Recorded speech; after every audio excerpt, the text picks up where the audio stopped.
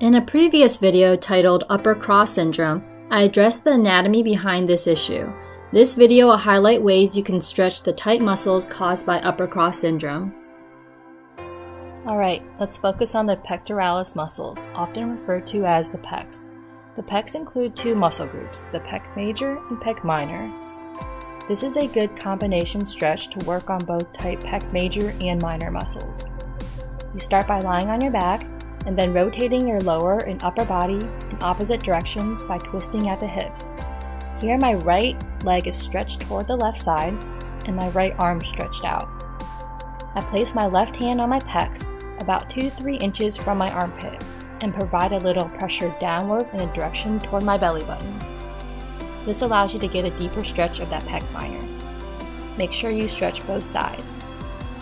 And it is important to remember to hold any stretch for at least 20 seconds, as studies show it takes this amount of time to lengthen muscle fibers and improve nerve movement through the joints and muscles. This next stretch is to straighten the upper back and stretch the tight muscles in the chest, like your pecs. For those familiar with yoga, this is similar to a child's pose.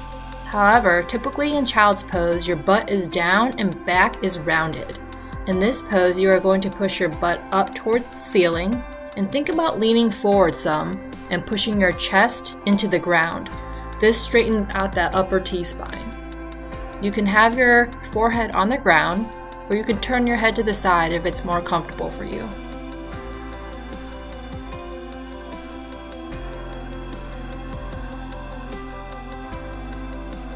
Rather than stretching, another way to relax tight muscles is to roll it out.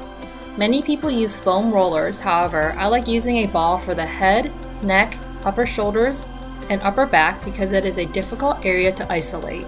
A tennis ball is a great way to roll out tightness in the upper traps and suboccipital muscles. I sometimes even use a golf ball, which is firmer and smaller, to really dig into the deeper muscles like the levator scap. Now for someone new to this technique, you may be very sensitive to the pressure of the ball. You can bend your knees, place your feet on the ground, lift your butt up and support some of the body weight and control how much pressure you put down on the ball. You lie on top of the ball and roll on one area. You can repeat in other tight areas of your back.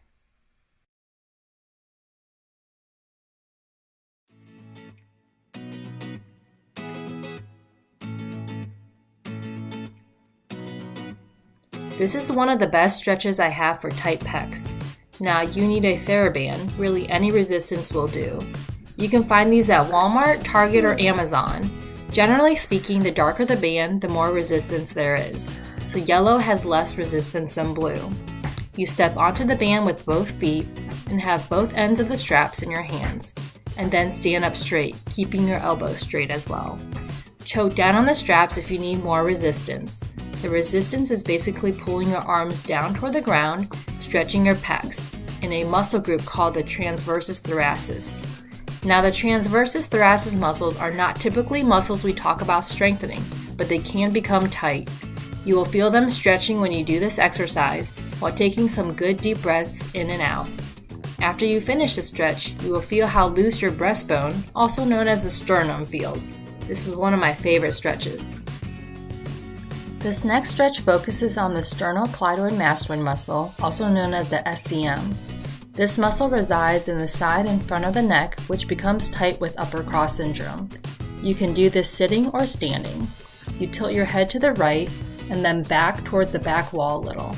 You place your fingers toward the bottom of the collarbone on the left side. You then pull that bone down and you will feel a good stretch in the front of your neck. To increase that stretch more, tilt your chin to the ceiling.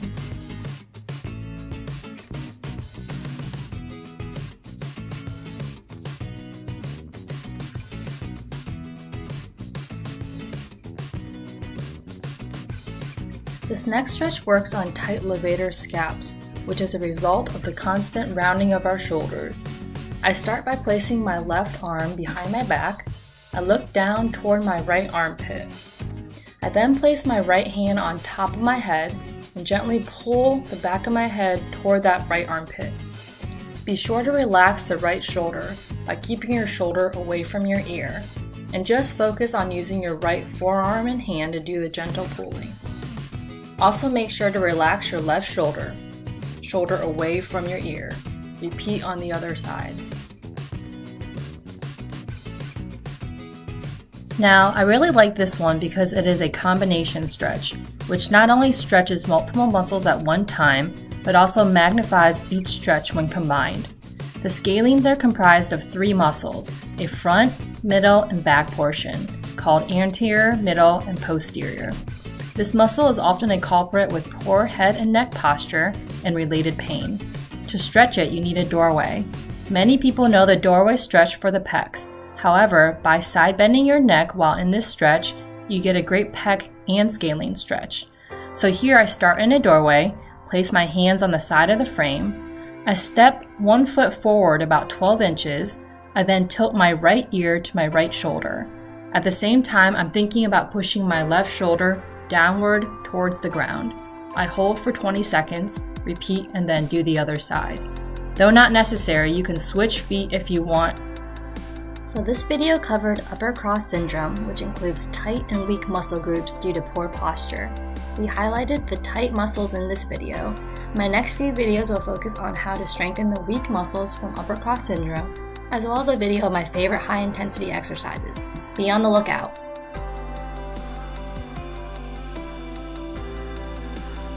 The physical therapist at AM Fitness Therapy graduated from Duke University School of Medicine with a doctorate of physical therapy. She treats patients in both an outpatient and hospital-based setting. She also started and volunteers in the therapy department at a charity-based health clinic, providing medical care to the underinsured and uninsured.